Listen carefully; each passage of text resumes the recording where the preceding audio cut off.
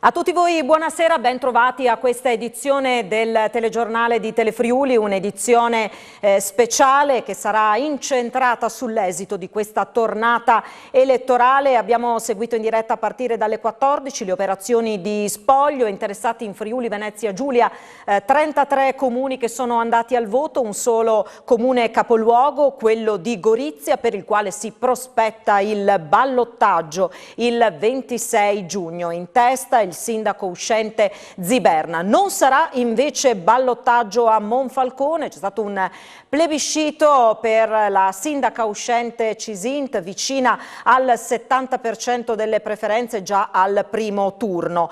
Si andrà al ballottaggio anche a Codroipo, un lago della bilancia, in questo caso è stato il candidato Ganzit, quindi anche qui si andrà al voto il 26 giugno per il secondo turno. 33 i comuni al voto, in 8 dei quali si era presentato un unico candidato sindaco, in 7 municipi il quorum è stato raggiunto, quindi 7 municipi hanno il loro sindaco. Non è andata così invece a Vito d'Asio, dove non è stato raggiunto il quorum, solo il 19% dei cittadini ha votato e quindi Vito d'Asio va verso il commissariamento. In media un'adesione, un'affluenza del 50% in regione. Questo significa che solo un cittadino su 2 è andato a votare per scegliere il proprio sindaco. Un voto, un'adesione, un'affluenza decisamente bassa, 5 punti percentuali in meno rispetto alle elezioni amministrative di 5 anni fa, che segnano purtroppo una tendenza decisamente preoccupante, così come preoccupano gli 8 candidati unici su 33 comuni che sono andati al voto, questo al netto anche dei municipi nei quali si sono presentati le cosiddette liste civetta. Non si è votato solo per l'elezione del sindaco, il rinnovo dei consigli comunali, ma anche per il referendum.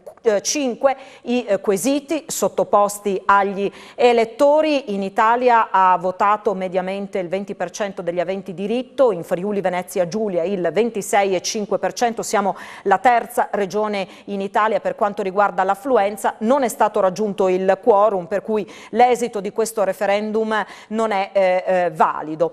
Parleremo di questo nel corso della nostra edizione del telegiornale. In studio con noi il Presidente del Consiglio regionale Piero Mauro Zanin, con il quale commenteremo i risultati. Buonasera, grazie per essere con noi. Buonasera. Allora, direi di cominciare subito da Gorizia. I dati ufficiali parlano di 22 sezioni rilevate su 37, con Rodolfo Ziberna, sindaco uscente, al 42,17% delle preferenze, Laura Fasiolo al 32,5%. Sentiamo le parole di Rodolfo Ziberna, raccolte dal nostro Andrea Pierini. Sindaco, allora i punti dicono 45-30, era un dato che vi aspettavate perché era impensabile vincere al primo turno con 7 candidati. Sì, ma non solo 7 candidati, 18 liste, oltre 600 candidati in Consiglio Comunale che ovviamente particolizzano la platea di elettori, perché tutti hanno un fratello, un cugino, un nipote, un parente, perciò era assolutamente impensabile vincere al primo turno. Abbiamo fatto 2 settimane fa una stima che prevedeva proprio, tra l'altro, a cominciare dal 51% di affluenza alle urne, 45% di consensi nei miei confronti e il 30% orientativamente del mio competitor principale, la senatrice Fasiolo, a cascata tutti gli altri. Cosa si aspetta da questo ballottaggio? Quale sarà la sfida, oltre ovviamente a convincere gli elettori a tornare a votare? Ma non solo tornare a votare, perché certo uno potrebbe anche dire con la matematica se una percentuale non si recherà al voto, perché quando nel momento in cui gli elettori di 5 candidati non vedranno più sulla scheda elettorale il nome dei loro beniamini, perciò dei loro candidati, è facile pensare, come accade ovunque, che nel ballottaggio nel secondo turno magari il 10%, 12%, 15% non si recherà alle urne. E sarebbe facile dire che con i voti che ho attualmente si traguarda al 50%, ma l'obiettivo mio è, visto che i prossimi 5 anni saranno davvero un'occasione straordinaria, gli anni più importanti per la città negli ultimi 20 anni e forse per i prossimi 20, allargare il più possibile la base, cioè mi rapporterò con quella metà di cittadini che non si è recato alle urne e considerando poi peraltro che io, come ho annunciato, non farò assolutamente alcun apparentamento, perciò non mi legherò con nessuna altra lista, con nessuna altra forza politica, però dialogherò con i cittadini, questo sì, perciò fidelizzare chi ha già votato per me, dialogare con chi non è andato al voto e rapportarmi anche con l'elettorato di chi non vedrà più naturalmente il nome del proprio candidato sul foglio. Gorizia, unico capoluogo ad appunto essere stato chiamato al voto, si andrà a Gorizia al ballottaggio il 26 giugno. Niente ballottaggio invece per Monfalcone con Anna Maria Cisint, sindaco uscente che ha vinto al primo turno con percentuali vicine al 70%, siamo andati sopra, poco al di sotto, ma insomma a Monfalcone è stato plebiscito per Cisint. Sentiamola nell'intervista di Andrea Pierini. Ringrazio tutti i cittadini perché una conferma così importante, un successo così di queste proporzioni non me lo sarei aspettato e quindi li ringrazio. Hanno voluto, come mi ha detto ieri una signora uscendo dal seggio, Anna, tanto che non vengo a votare, vengo perché voglio dirti grazie. Ecco, io penso che ci siamo scambiati molto, noi, io e i concittadini abbiamo dimostrato che si può fare. Abbiamo ripreso una città in ginocchio, gli abbiamo restituito la spina dorsale. La dignità non è più una città che è lo spogliatoio di un'azienda, ma è una città su un trampolino di lancio pronta a decollare, lo sa, questa città lo sa, e l'ha detto alle urne. Tante persone che in silenzio sono rimaste zitte magari di fronte a tanti attacchi che io ho subito, hanno voluto dire con i fatti come la pensavano, che non c'è un'altra storia che vogliono questa storia, vogliono questo sindaco e io mi sento la responsabilità che mi sono sentita 5 anni fa, ma con una maturità diversa, con una consapevolezza diversa. Sono veramente molto orgogliosa e ringrazio veramente tutti i concittadini, ringrazio però anche la mia squadra, quella che ha lavorato in questi 5 anni, quella che ha lavorato in questo difficilissimo periodo di campagna elettorale e anche la mia famiglia, che non è facile stare vicino a me, che lavoro 10-12 ore al giorno sempre. Le parole di Anna Maria Cisint, si festeggia a Monfalcone. Andiamo invece adesso in diretta a Lignano Sabbiadoro perché ancora non ci sono dati ufficiali che arrivano dai seggi di Lignano e allora ci facciamo raccontare come stanno le cose dal nostro Davide Vicedomini che si collega appunto in diretta da Lignano con il candidato Alessandro Marosa, vice sindaco uscente di Lignano. A te Davide.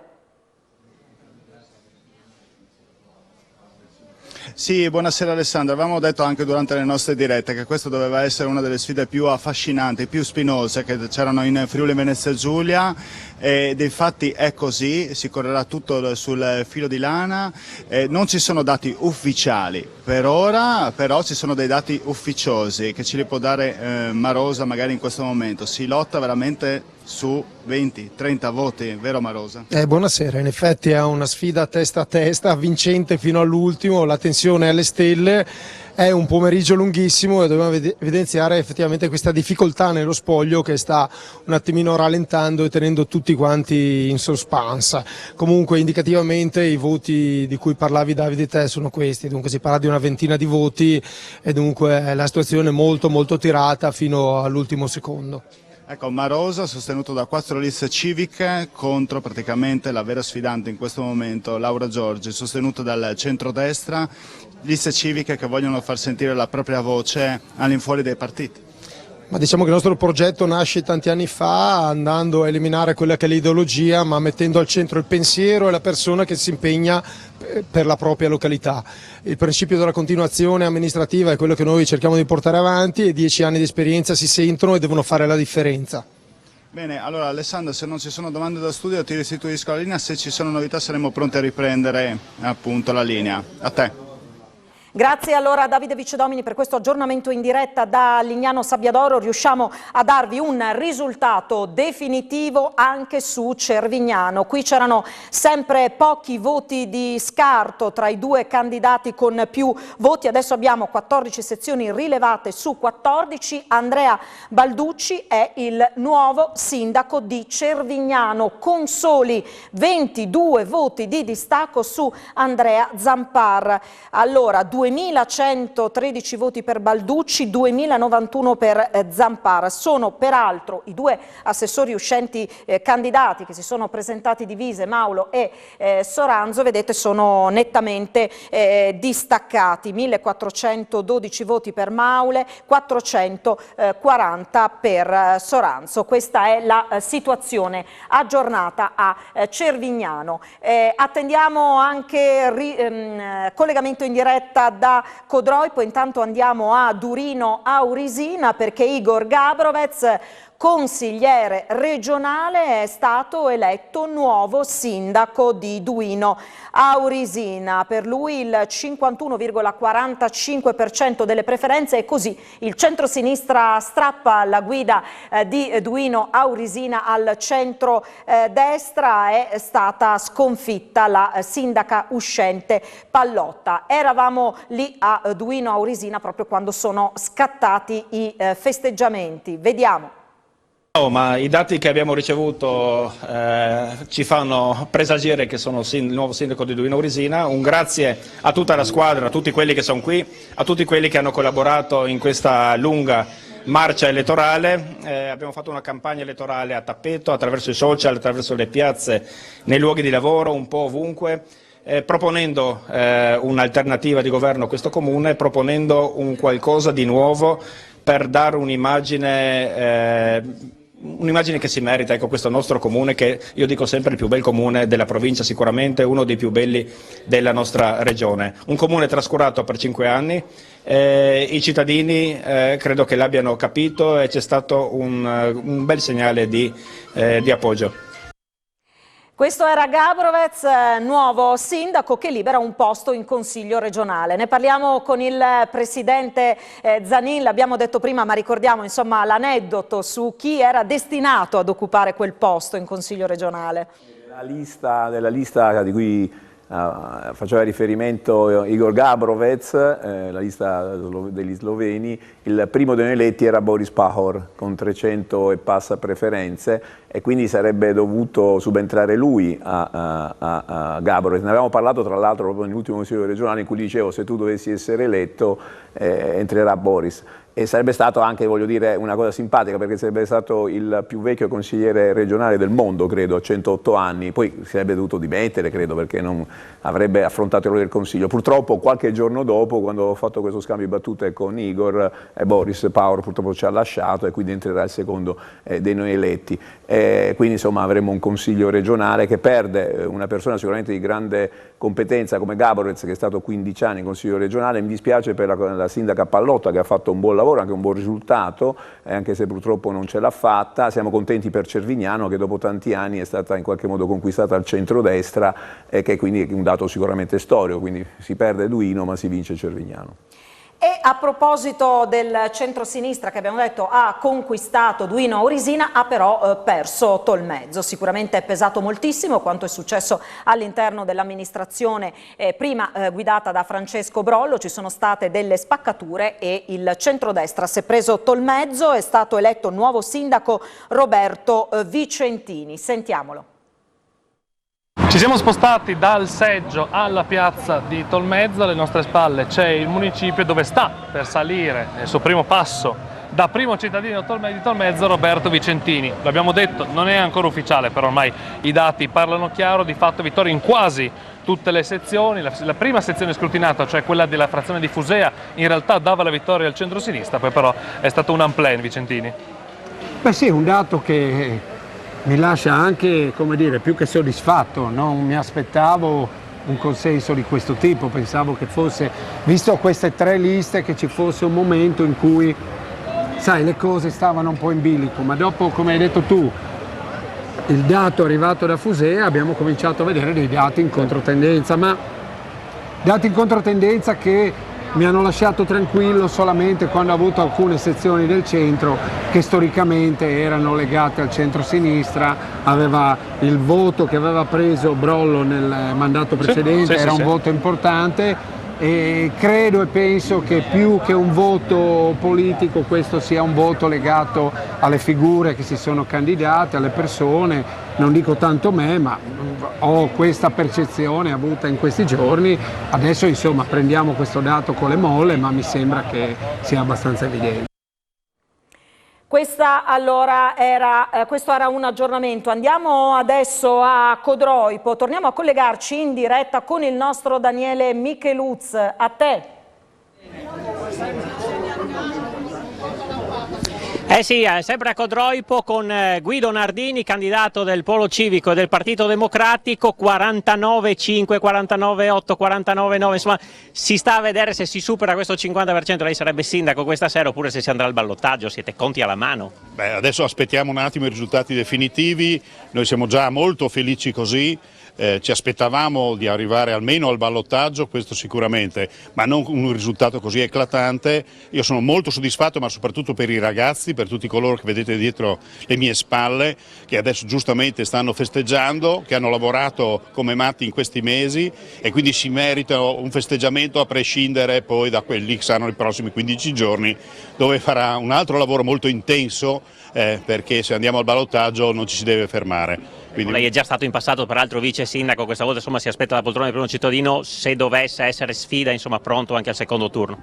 Assolutamente sì, abbiamo già analizzato rapidamente anche i risultati delle preferenze, ho una squadra ottima, ci sono competenze, capacità, forza interiore e grande lealtà, che è quello che mi aspetto da tutti loro, quindi io sono molto molto tranquillo. E allora in bocca al lupo, attendendo i dati ufficiali per capire appunto se Nardini potrà essere sindaco questa sera o se ne riparlerà tra 15 giorni. È tutto, grazie e vedete anche la festa che continua. A voi la linea.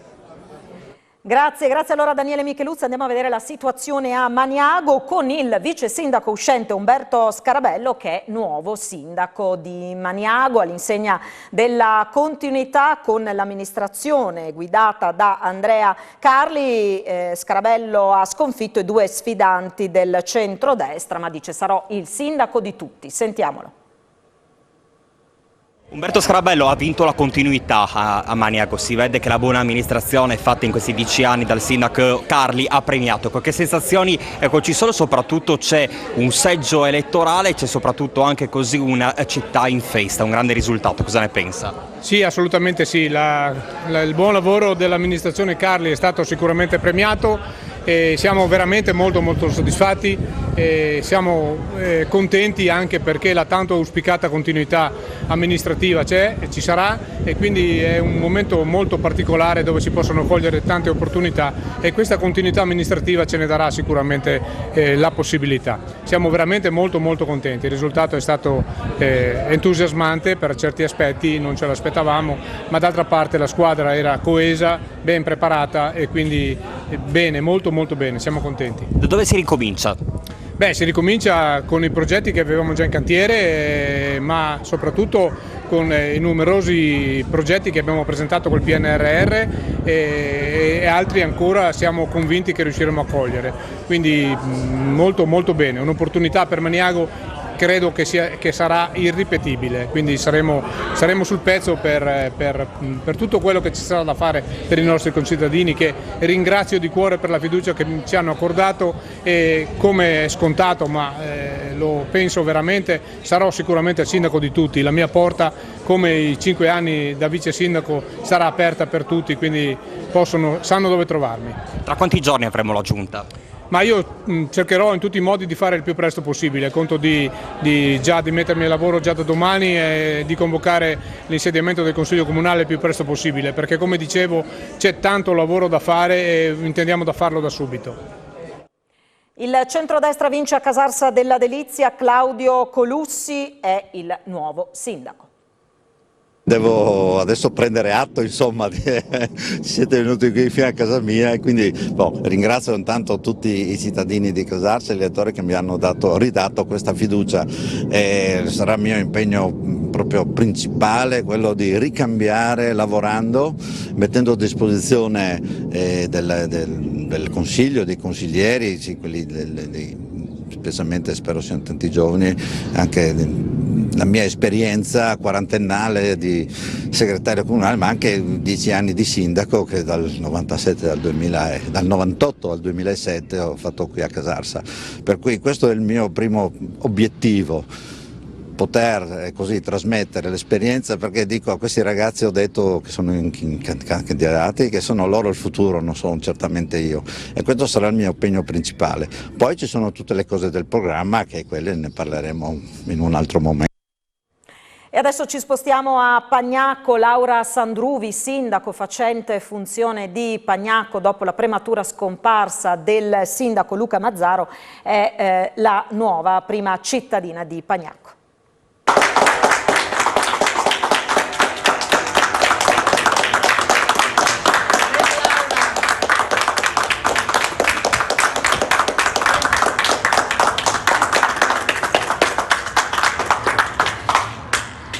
Eccoci, è arrivata Laura Sandruvi, intanto la stanno applaudendo, ancora mancano un po' di risultati, però mi sa che ormai si possa affermare, visto, diciamo no? Di sì, aspettiamo comunque la fine, però insomma i presupposti sono più che positivi, quindi io sono emozionatissima veramente, felicissima di questo risultato, se è come si spera.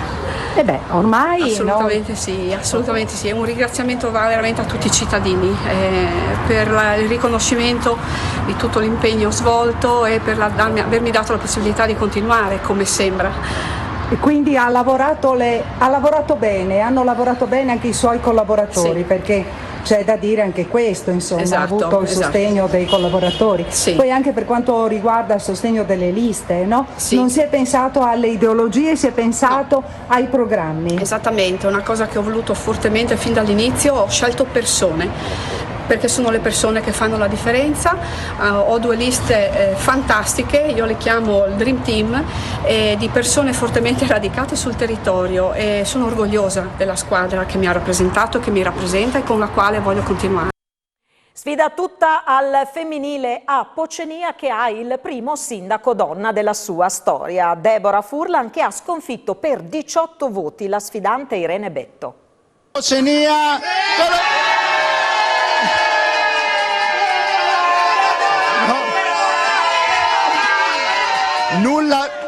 Nulla di studiato, Con Deborah Furlan, primo sindaco donna della storia di Pocenia, per 18 voti ha vinto. Sì, sembra proprio così. Fino all'ultimo non riuscivamo a capire se stavamo vincendo o perdendo. Anzi, pensava di perdere. No, io 10 minuti prima ero facendo i conti che mi arrivavano, ero convinta di essere sotto di 1 e ho detto, beh, qua per 1 cosa facciamo adesso? E poi invece sono arrivati i dati ufficiali e siamo sopra di 18. È stato sorpasso.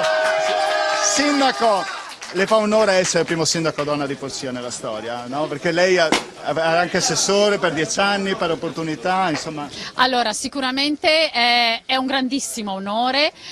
È anche una grande responsabilità.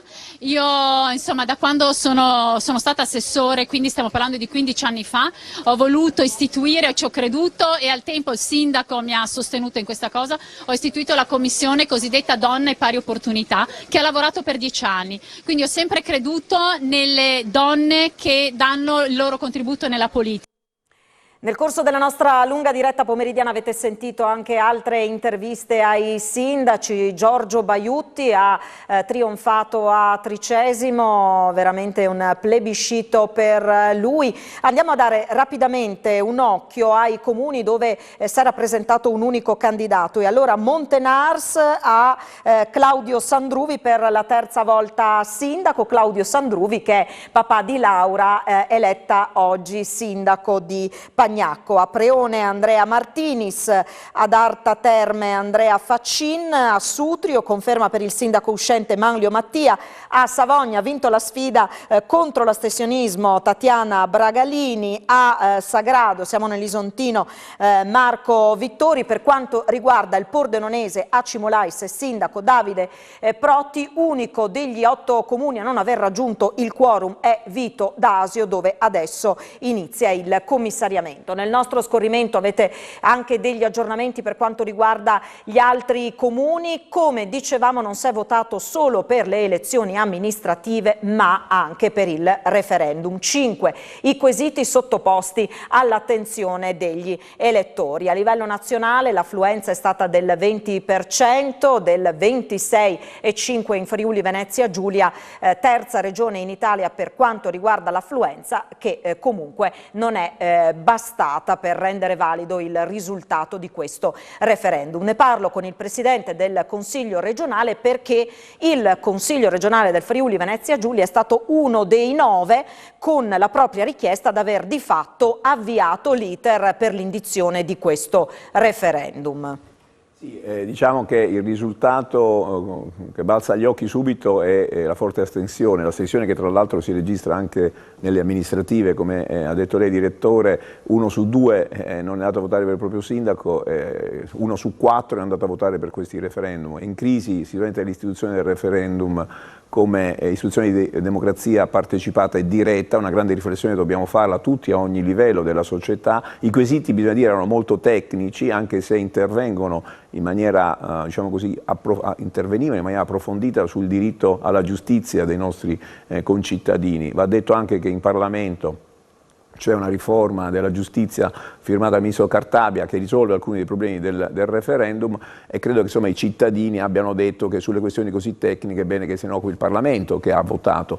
Cosa diversa sono sui referendum invece che riguardano i problemi etici diciamo, e morali, nel quale forse, dove non si trova una maggioranza all'interno del Parlamento, è giusto rivolgersi ai cittadini che poi rispondono in maniera massiccia. Penso all'aborto, penso al divorzio, insomma ad altri referendum. Ecco, paradossalmente, se ci fosse stato insieme ai referendum sulla giustizia quello sulla droga, sulla cannabis o quello sulla fine vita, credo che i risultati sarebbero stati molto diversi. Quindi registriamo una difficoltà di questi referendum così tecnici. Comunque lo sprone c'è stato perché il Parlamento sta approvando una legge e speriamo insomma, che ci sia una giustizia più garantista, in qualche modo più giusta per i nostri cittadini, e che eviti diciamo, la limitazione della libertà, specialmente in chi magari fa politica con un cortocircuito tra politica e giustizia che c'è stato in questi ultimi anni e che ha influito pesantemente anche sui nostri concittadini.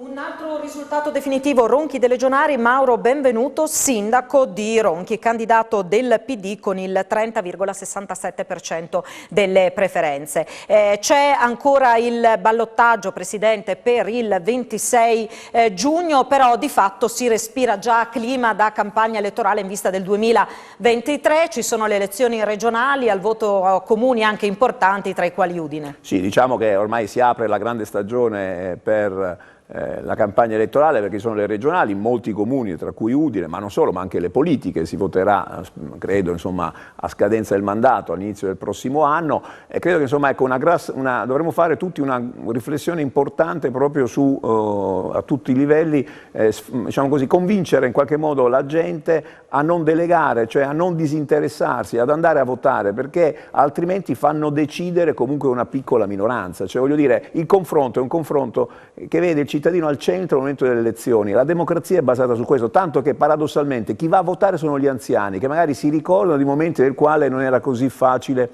parlare di democrazia. E allora devono sforzarsi per i giovani, perché la competizione è bella, bisogna confrontarsi, se c'è qualcosa del panorama che non ci rappresenta, metterci in campo direttamente, andare noi a proporci per qualcosa che riguardi il bene comune e recuperare in qualche modo quel senso di appartenenza, quel senso di democrazia, di partecipazione che è fondamentale per la convivenza civile, perché è vero, come dice Churchill, che la democrazia non è perfetta, ma io non ne conosco di altri sistemi che siano più perfetti della democrazia, anzi tutti gli altri sono peggiori.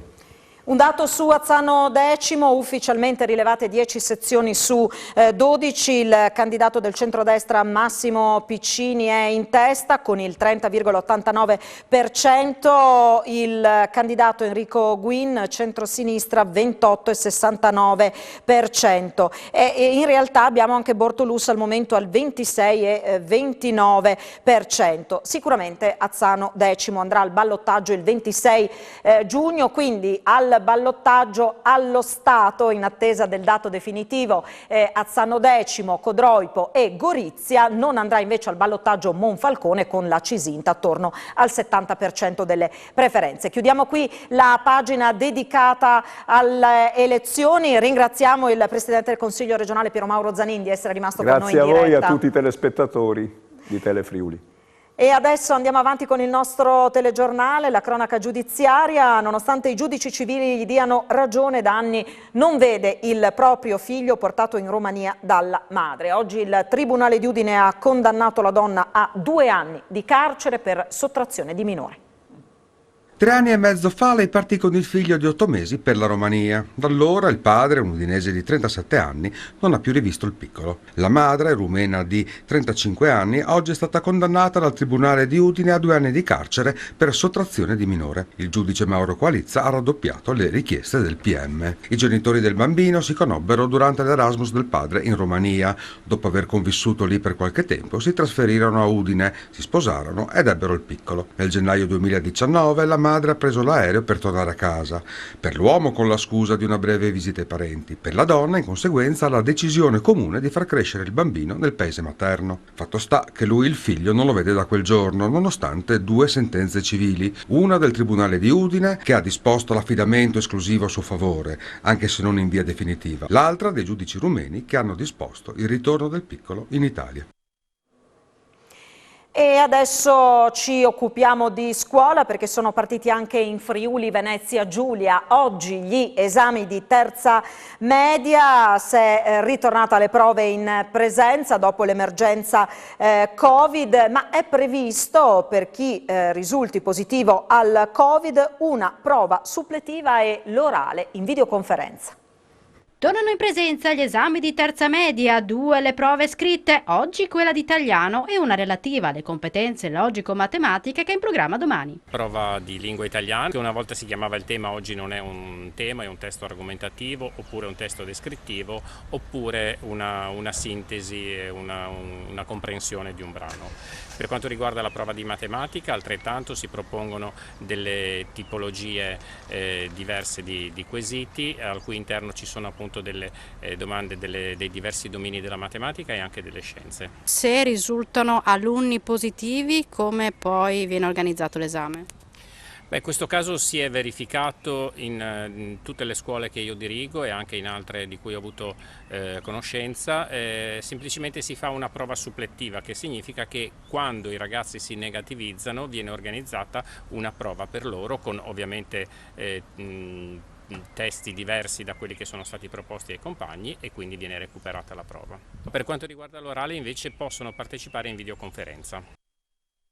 Aperto ufficialmente questa mattina il corso di perfezionamento valori identitari e imprenditorialità dell'Università di Udine, rivolto a 11 corsisti discendenti di emigranti friulani. Corso che è ripresentato per la 13ª edizione in collaborazione con l'Ente Friuli nel Mondo e con la Regione Autonoma Friuli Venezia Giulia, e organizzato dall'Università degli Studi di Udine. Questo è un corso di perfezionamento rivolto ai nostri corregionali discendenti di emigrati friulani in Argentina ed in Brasile, che offre a questi ragazzi una opportunità splendida. È un momento in cui i ragazzi conosceranno le imprese del nostro territorio, perché oltre alla didattica in aula, 75 ore di didattica, ci sono altre 75 ore di tirocinio formativo. Il corso alla fine dura circa un mese, ci sono dei momenti forti all'interno di questo corso, appunto si affrontano tematiche diverse e alle lezioni, diciamo, di tipo tradizionale poi si accompagnano anche delle visite, degli incontri con importanti realtà territoriali. E allora dalle lezioni alle elezioni, con ancora un aggiornamento. Roberto Felcaro è sindaco di Cormons, per lui il 60,26% delle preferenze, si ferma invece al 39,74% Elena Gasparin. Quindi Roberto Felcaro è stato confermato sindaco di Cormons.